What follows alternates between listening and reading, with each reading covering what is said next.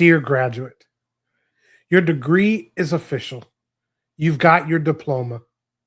Your GPA is locked in, and you've got more ideas than you know what to do with. Here's the truth nobody's going to say at your graduation ceremony. Three of those four things stop mattering almost immediately. And then the only thing that carries you forward from here is what you do next. Welcome to Beyond Day One. Congratulations on finishing. Now it's time to start over, and this time it's real. Welcome to Day One, everybody. I'm David, and I'm glad that you've joined me. And I'm not alone. I've always got help.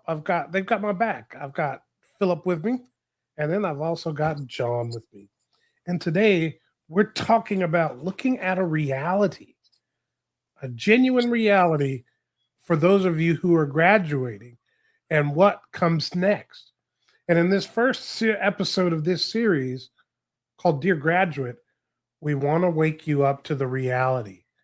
You know, just like I said in the intro, you've got your diploma or your degree, your GPA, all of those things. But yet, when you come down to it, all of those things won't matter for much longer. Because you know what? I've never been in a job where somebody's asked me, so what's your degree in? Unless it was casual or unless there was something negative about what was going on. Nobody cared about my GPA. They only cared about whether or not I could do the job that I was working to do. And for so many of you, you're getting ready to walk into an environment where you've got to take the cold water to the face quickly and realize you are starting over. You don't have the cachet you had in high school. You don't have all of the pieces that you had behind you in college. You're in a fresh, new environment, and you've got to figure out how to make it happen. So I want you to buckle in and get ready because we got to talk about this. You know, the first thing that I think I want to share and talk about is why your GPA stops being currency almost immediately. And then what you should actually start looking for instead and what your employers are looking for. You know, you're particularly in high school, but also in college, you know, everybody lives off of that GPA. Or at least so many people do. And, you know, I've got a 2.8. Nobody would consider that all that great, but it's not bad. Oh boy. 2.8. But the 3.5, I got a 3.899 and all of this other stuff. But, you know, Phillip, it's like nobody in the real work world, it really is like nobody cares and they don't. Talk about that for a second.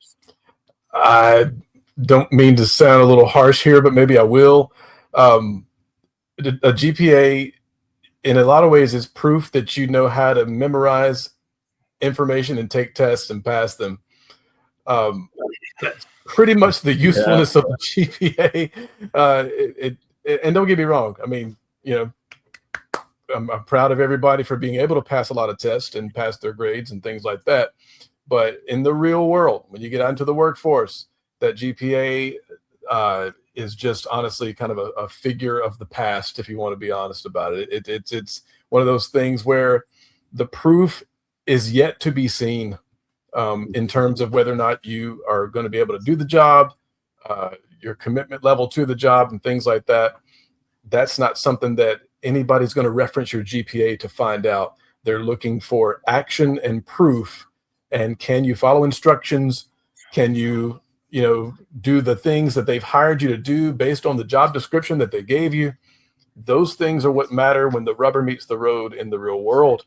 And that does sound a little tough, but at the same time, if I told you anything else, I would not be setting you up for success. So just, go ahead and take that tough medicine a little bit, but it will help you out in the future for sure. Yeah. In fact, the reality is that when it comes to moving into the workforce, so much of what employers are looking for year round, and particularly when it comes to interviewing you, they look for three things, and it's just a reminder. It is, can we trust you?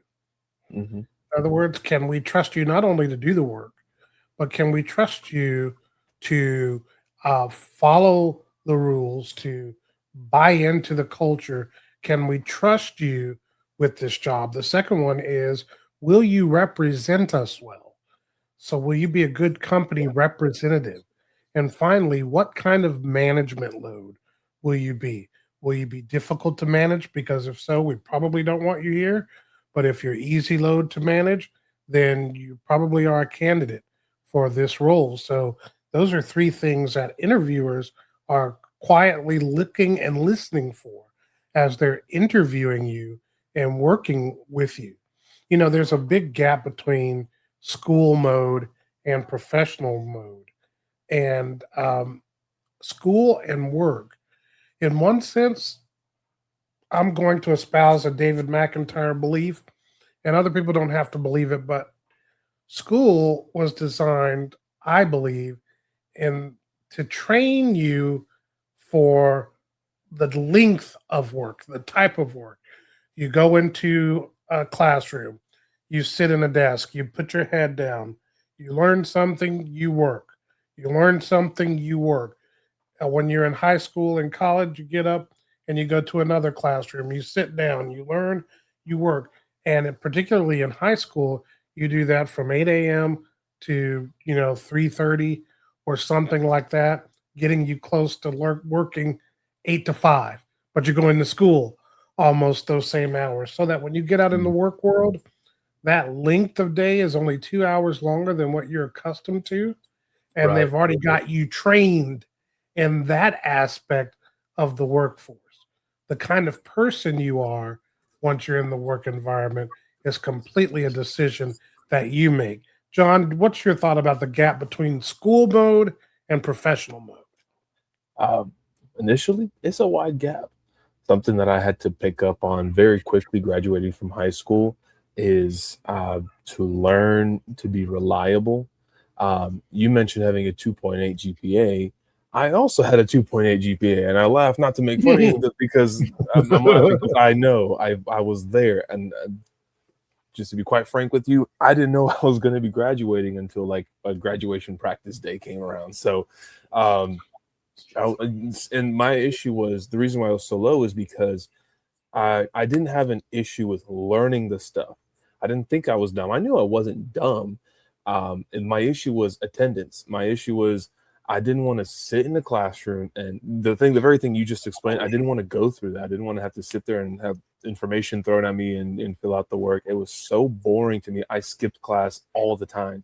Terrible influence, a terrible thing to do. You should not develop that kind of habit in your life. But unfortunately for myself, I did, and it caused my grades to drop so low. But I knew that the final week of doing my finals, I'm going to pass the test and I'm going to do everything great because I know the stuff we're talking about. Going into the workforce, I had to learn very quickly that it's not just about knowing the thing. It's not about like having all this information in your head. Having a job requires that you be attentive and that you go to work when you're scheduled to go to work. And of course, characteristics such as, being knowledgeable is important, being trustworthy, that is very important. But I think that at the beginning of it all, showing up to work when you're supposed to be there, so being on time, being early, that was something that I had a very rude awakening with when I first started working outside of high school, because I did work when I was in school. I worked at Chick-fil-A, but as soon as I graduated, they changed my shift to morning shift because I'd like to have earlier work days. And there was like a shift in atmosphere, like at least for me, because I realized like the team that I'm working with is completely different type of people, a lot more older folks that I'm working with in the mornings, from like 6 a.m. till 4 o'clock or something like that. And I realized like the way everybody is grooving, the way everybody's thinking in the morning and like in actual business hours of the day outside of school is so different. And it put me in a place where I had to like very quickly learn to grow up a little bit. And I can't just go home because I don't feel too good. Maybe I'm just not up for it, dude. When I said that for the first time at work, As a little 18-year-old kid, you know what I was told? Sorry, kid, fake it till you make it. Am I right? And then she just walks away. And I'm like, that was like a harsh awakening to me. Now it's stupid to think about, but like, as an 18-year-old kid, I'm like, wow. And I realized it doesn't really, not that nobody cares, but it's kind of, if you feel good, if you don't feel good, you have to work. There are things that you have to show up for. And being reliable is probably one of the most important things that I learned moving from high school into the real world. Jon, that's a great hot take, being reliable. And that is definitely a mindset shift that I think that young professionals or emerging professionals and graduates have to learn to move into another work environment. And you said something else important. Even though you worked in high school, when you graduated and moved to a different shift, there was still a shift in attitude and perspective that you needed in order to go into that next stage. That's good. Phillip, it leads me to ask you a question, and that's, you've been around this for a while. What would you say is the most common mistake that you see these new professionals make in their first 30 days? I would say not getting clarity on their work responsibilities and the things that are expected of them. Maybe operating a little too much on assumption versus actually finding out clearly from management, from whoever is overseeing them, like what's the scope of my duties? What are you expecting from me?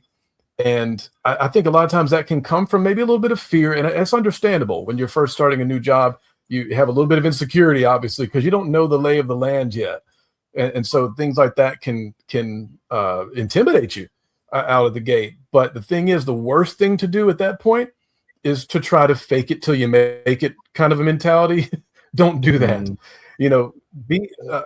Add a little dose of humility, to the mix, and go and make sure that you have clarity, because I think the management, the leadership, they'll respect honesty and they'll respect that humility more than someone who's assuming or presuming to do maybe some things that weren't even asked of them or expected of them. Maybe, you don't want to go in there thinking that you know what the job's about. You want to go in there being clear on what the job is actually about. And then with a dose of humility, sticking to those parameters versus trying to assume that you already know what to do. You don't want to take that route, because that can come across as someone who's not teachable and not able to really learn what the job is about first. So definitely come into it with that and again, I have to use that word humility. Come into the job with that level of humility that says, I want to be sure that I know and want to be clear on what's expected of me, so I can perform well within those parameters. That's good, Phillip. It's the shifting from proving you're smart, which is what you have to do in high school, to proving you're useful. Yeah. And the only way that you can clearly demonstrate your usefulness is, of course, by being useful. But part of that is the soft skill, or we call them pro skills, of clarity, asking the right questions so that you can know what it is you need to do, and you can do exactly that. If you never ask questions, if you just giving people the Gen Z stare and expecting them to figure out what you mean by that, you're never going to get there. For some of you, this concept of starting over is a great opportunity for you to do a little bit of reinvention of yourself. You can say that for all of these years up till now, I've graduated, whether I'm graduating high school or college, I now have an opportunity to take the things that I know and begin to shape myself into what I'm going to need to be for the work environment that I'm going into.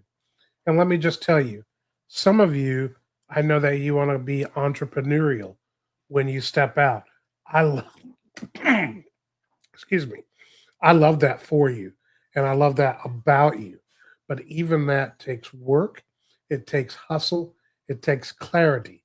And so you're still going to have to move from trying to prove you're smart to everybody to showing that you're useful and that you are resourceful in what you're doing and picking the right thing. So, this last part I want to talk about is this concept of starting over. Mm. And like I just said, you can take this opportunity as a start for starting over as an opportunity to reinvent yourself. One of the things some really good music artists do is whenever they look at when they release a new album, for some of them as an opportunity to reinvent themselves. Now, John, I'm not picking on you, but I am. Okay. Back in me and Philip's day, Uh-oh. you know, back in the 90s and the early 2000s, when the record labels were still driving so much of the music industry, many, many more artists were often thinking about how they would market their next album, how they would present themselves. And, I hate to, well, not hate, but a great example of that, um, I could think of two female stars, Madonna and Janet Jackson, were great from album to album, reinventing themselves in the image of what they wanted you to feel and think about that album. Okay. In the same way, you have the opportunity to say, you know what, I'm moving on into this workforce. And since I'm starting over, how do I want to come across in the work environment that I'm going into or in the business that I'm going into?